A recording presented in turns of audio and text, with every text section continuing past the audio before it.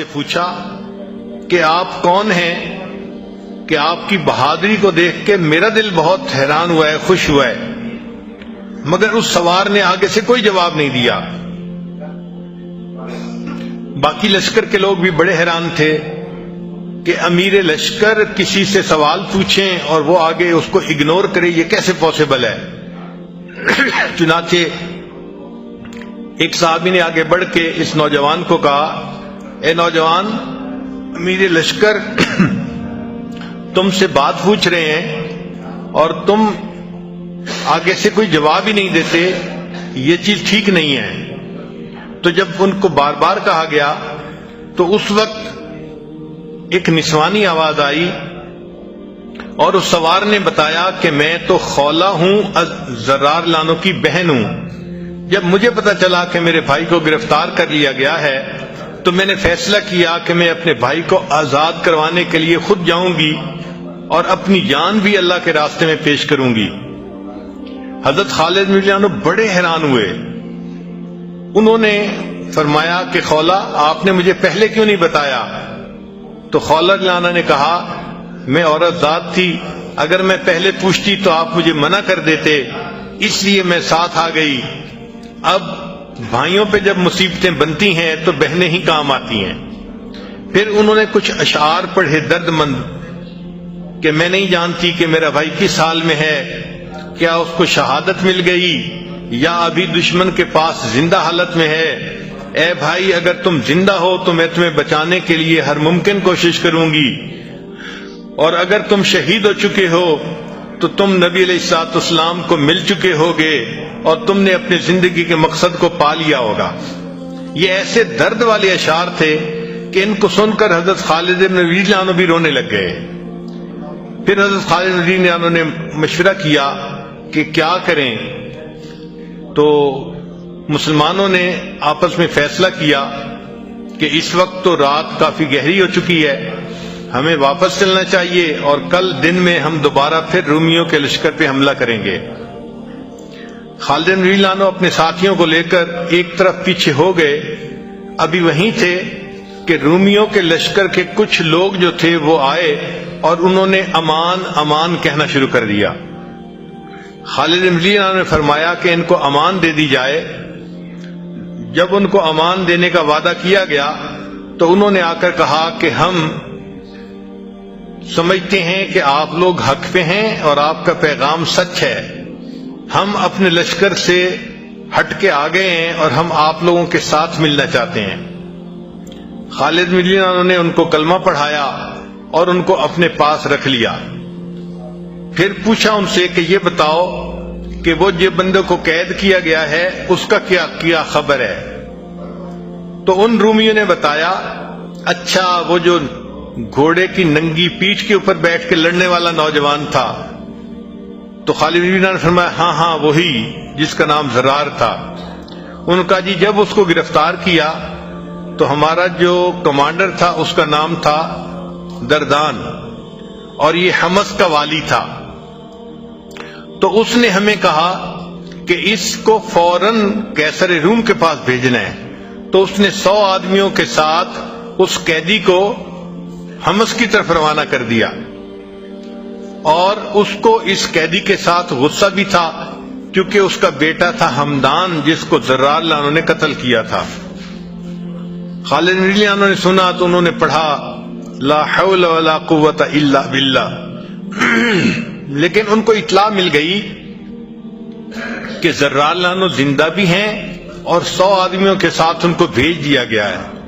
تو خالد بن ولید عنہ نے ایک صحابی تھے رافع رضی اللہ تعالیٰ عنہ، ان کو بلایا اور فرمایا کہ آپ ان راستوں سے اچھی طرح واقف ہیں، میرا دل چاہتا ہے کہ آپ چند لوگوں کو لے کر چلیں اور وہ جو 100 بندوں کا قافلہ زرار لانو کو لے کر جا رہا ہے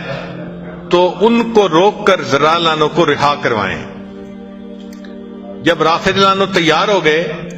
تو وہ جو نوجوان سوار تھا وہ بھی ان کے ساتھ آگے آ گیا اور اس نے آ کے پوچھا خالد بن ولید عنہ سے کہ مجھے بھی ان کے ساتھ جانے کی اجازت دے دی جائے۔ تو خالد بن ولید عنہ نے ان کو اجازت دے دی۔ چنانچہ خولہ بھی اس لشکر کے ساتھ ہو گئیں۔ یہ لشکر تیزی کے ساتھ چلا اور راستے میں ایک جگہ ایسی تھی کہ جہاں سے ایک ہی راستہ تھا، جو بھی اس علاقے میں گزرتا تھا وہ اسی راستے سے گزرتا تھا۔ حضرت رافع لانو نے وہاں جا کر محسوس کیا کہ وہ جو 100 بندے تھے جو لے کر چلے تھے وہ ابھی یہاں سے نہیں گزرے،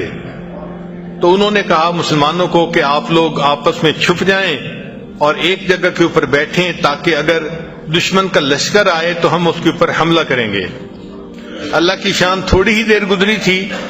کہ وہ 100 بندوں کا لشکر پھر پیچھے سے آ گیا جنہوں نے حضرت رضی اللہ عنہ کو گرفتار کیا ہوا تھا۔ جب وہ قریب آئے تو سب سے پہلے خولہ رضی اللہ تعالی عنہ نے اللہ اکبر کا نعرہ لگایا اور اس کے اوپر حملہ کیا۔ اللہ کی شان دیکھیں، اللہ نے مسلمانوں کی مدد فرمائی اور وہ جو 100 بندے تھے ان میں سے کچھ قتل ہو گئے اور کچھ بھاگ گئے۔ چنانچہ خولہ رضی اللہ تعالیٰ عنہ اپنے بھائی حضرت رضی اللہ عنہ کے پاس آئیں تو ان کے بازو پاؤں باندھے ہوئے تھے۔ انہوں نے ان کی مشکوں کو کھولا اور مشکوں کو کھولتے ہوئے کہا، اے میرے بھائی، جب مجھے تمہاری گرفتاری کی خبر ملی تو میرے دل میں ایک آگ لگ گئی اور میں نے سوچا کہ میں اپنی جان بھی دے دوں گی اور اپنے بھائی کو آزاد کروانے کے لیے پوری کوشش کروں گی۔ میں اللہ کا شکر ادا کرتی ہوں جس نے مجھے توفیق دی کہ میں اپنے ہاتھوں سے آپ کی مشکوں کو کھول رہی ہوں۔ آپ ذرا غور کیجئے کہ ایک بہن اپنے بھائی کی محبت میں اس طرح کا بھی قدم اٹھا لیتی ہے، تو اللہ تعالیٰ بہنوں کو جزائے خیر عطا فرمائے جو اپنے بھائیوں پہ قربان ہوتی ہیں، ان کی عزتیں بناتی ہیں، ان کو زندگی میں محبت دیتی ہیں، سپورٹ دیتی ہیں، ان کی کیئر ٹیکنگ کرتی ہیں۔ یہ بہن کا رشتہ بھائی کے ساتھ بہت گہرا رشتہ ہے، اسی لیے جب بھی بچے چھوٹے ہوں تو ماں ان کو اپنے بھائی کا تعارف کرواتی ہے کہ وہ تمہارے ماموں ہیں، وہ تمہارے چندہ ماموں ہیں۔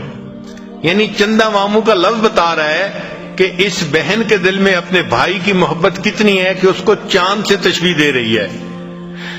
اللہ تعالیٰ بہنوں کو اپنے بھائیوں کے ساتھ محبت پیار کے ساتھ زندگی گزارنے کی توفیق عطا فرمائے۔ بعض بہنیں طبیعت کی تیز ہوتی ہیں، بالکل مرچ کی طرح ہوتی ہیں، ذرا سی بات پہ مرچ لگ جاتی ہے اور وہ اپنے بھائیوں کو چھوٹی چھوٹی باتوں پہ بددعائیں دینی شروع کر دیتی ہیں۔ ایسی بہنیں خراب ہوتی ہیں، شریعت بھی اس چیز کی اجازت نہیں دیتی۔ اگر بھائی تنگ بھی کرے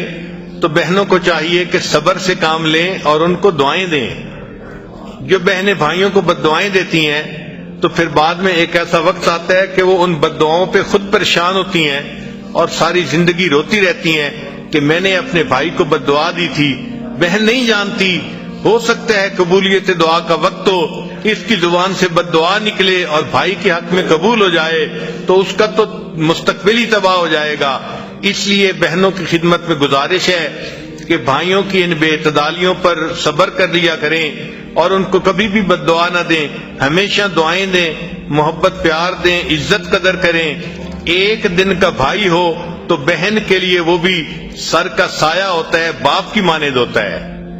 اللہ تعالیٰ ہمیں گھروں کے اندر الفت و محبت کے ساتھ نیکی تقوی کی زندگی گزارنے کی توفیق عطا فرمائے۔ وآخر دعوانا ان الحمد للہ رب العالمین۔ دعا کر لیجئے۔ سبحان ربی العلی الوہاب، اللہم صلی علی سیدنا محمد وعلی آل سیدنا محمد وبارک وسلم۔ ربنا ظلمنا انفسنا وإن لم تغفر لنا وترحمنا لنكونن من الخاسرین۔ اے اللہ، ہم آپ کے عاجز مسکین بندے ہیں، اللہ ہمارے گناہوں کو معاف فرما، ہماری خطاؤں سے درگزر فرما، ہمارے عیبوں کی پردہ پوشی فرما، اللہ برے دن سے محفوظ فرما، اللہ بری رات سے محفوظ فرما، میرے مالک برے کاموں سے محفوظ فرما، اے اللہ ہمیں برے انجام سے محفوظ فرما، اللہ ہدایت ملنے کے بعد گمراہی سے محفوظ فرما، میرے مالک سیدھا رستہ ملنے کے بعد بعد بھٹکنے سے محفوظ فرما، اللہ اپنا قرب حاصل ہو جانے کے بعد اپنی دوری سے محفوظ فرما، میرے مالک نعمتیں مل جانے کے بعد نعمتوں کے چھن جانے سے محفوظ فرما، اللہ علم حاصل ہو جانے کے بعد جہالت والے کاموں سے محفوظ فرما، میرے مالک در در کے دھکے کھانے سے محفوظ فرما، اللہ نفس و شیطان کے مکر و فریب سے محفوظ فرما، اللہ نفس و شیطان کے مکر و فریب سے محفوظ فرما، اے اللہ آج یہ تیری بندیاں تیرے در پہ چل کے آئی ہیں، اے اللہ ان کے آنے کو قبول فرما، اے اللہ ان مبارک ایام کو ہمارے لیے دل کے بدلنے کا سبب بنا، اے اللہ ان مبارک ایام کو ہمارے لیے اپنے قرب کا ذریعہ بنا، میرے مالک اپنی رحمت کا ذریعہ بنا، اے اللہ عافیت کا ذریعہ بنا، اے اللہ یہ جو مبارک تعلیمات مل رہی ہیں، اے اللہ ان تعلیمات کو ہمیں اپنے گھروں میں لاگو کرنے کی توفیق عطا فرما، اللہ ان تعلیمات سے ہمارے دلوں کو منور فرما، میرے مالک ہمارے گھروں کو منور فرما، اے اللہ ہمیں اپنے بہن بھائیوں کا، والدین کا، بچوں کے حقوق ادا کرنے کی توفیق عطا فرما، اے اللہ ہم غفلت میں پڑے رہے، اے اللہ گناہوں میں پڑے رہے، اے اللہ اصل جو کرنے کا کام تھا اس کام سے دور رہے، میرے مالک ہماری اس کوتاہی کو معاف فرما، اللہ اس کوتاہی کو معاف فرما، اے اللہ آپ کے محبوب نے فرمایا رمضان کی ہر رات میں آپ لاکھوں کروڑوں کی مغفرت کے فیصلے فرماتے ہیں، میرے مالک ہماری بھی مغفرت کا فیصلہ فرما، اللہ ہماری بھی مغفرت کا فیصلہ فرما، اے اللہ آپ کے محبوب نے فرمایا لوگ مختلف علاقوں سے، مختلف قبیلوں سے آ کے جمع ہوتے ہیں اور ان کا مقصد صرف اللہ کو یاد کرنا ہوتا ہے، تو آپ اپنے فرشتوں سے کہتے ہیں جاؤ اعلان کر دو میں نے ان سب کو معاف کر دیا، میرے مالک آج بھی اعلان فرما دیجئے کہ آپ نے معاف کر دیا، اللہ معاف کر دیجئے، میرے مالک معاف کر دیجئے، اے اللہ بڑے گناہگار ہیں، اے اللہ مگر آپ کے در پہ پہنچ گئے ہیں، اے اللہ سخیوں کے در پر یہی امید ہوتی ہے کہ بندہ خالی ہاتھ نہیں جاتا، میرے مالک جب انسان بڑا دروازہ دیکھتا ہے، جو فقیر بڑا دروازہ دیکھتا ہے تو اونچی صدا لگاتا ہے، اے اللہ ہم دنیا کے سب سے بڑے دروازے پہ حاضر ہیں، اللہ آپ کے در پہ حاضر ہیں، اے اللہ اس در سے خالی ہاتھ نہ لوٹا، میرے مالک اس در سے خالی ہاتھ نہ لوٹا، اے اللہ ہمیں یہاں سے بخشے بخشائے لوٹا، اللہ گناہ کر کر کے دلوں کو سیاہ کر بیٹھے ہیں، اے اللہ آپ کی رحمت نے اس در پہ پہنچا دیا ہے، میرے مالک اپنی رحمت کا معاملہ فرما، اے اللہ ہمیں یہاں سے بخشے بخشائے واپس لوٹا، اللہ بخشے بخشائے واپس لوٹا، اللہ آپ کی رحمت کی نگاہ پڑتی ہے، فضیل بن ایاز جیسے ڈاکوؤں کے سردار کو آپ اپنے اولیاء کا سردار بنا دیتے ہیں، اللہ آپ کی رحمت کی نگاہ پڑتی ہے، بشر حافی جیسے شرابی کو آپ اپنی محبت کی شراب پلا دیتے ہیں، اللہ ایک رحمت کی نگاہ ہم پہ بھی ڈال دیجئے، اللہ ایک رحمت کی نگاہ ہم پہ بھی ڈال دیجئے، اے اللہ تیری ایک نگاہ کی بات ہے، میری زندگی کا سوال ہے، اللہ رحمت کا معاملہ فرما، اللہ اٹھے ہوئے ہاتھوں کی لاج فرما، اللہ اٹھے ہوئے ہاتھوں کی لاج فرما، اے اللہ رحمت کا معاملہ فرما، اللہ 100 لوگوں کا قاتل تھا، نیکی کی بستی کی طرف جا رہا تھا، ابھی پہنچا نہیں تھا اور فوت ہو گیا، آپ نے تو اس کو بھی معاف کر دیا، میرے مالک ہم تو نیکوں کی بستی میں پہنچ گئے ہیں، اللہ گناہگاروں پہ رحم فرما، اللہ گناہگاروں پہ رحم فرما، میرے مالک میں نیک نہ بن سکا، اللہ تیرے نیکوں میں پہنچ گیا ہوں، اللہ نیک نہ بن سکا، اللہ نیکوں میں آیا بیٹھا ہوں، اللہ ان نیکوں کی برکت سے ہمارے بھی گناہوں کو معاف فرما، اللہ ان نیکوں کی برکت سے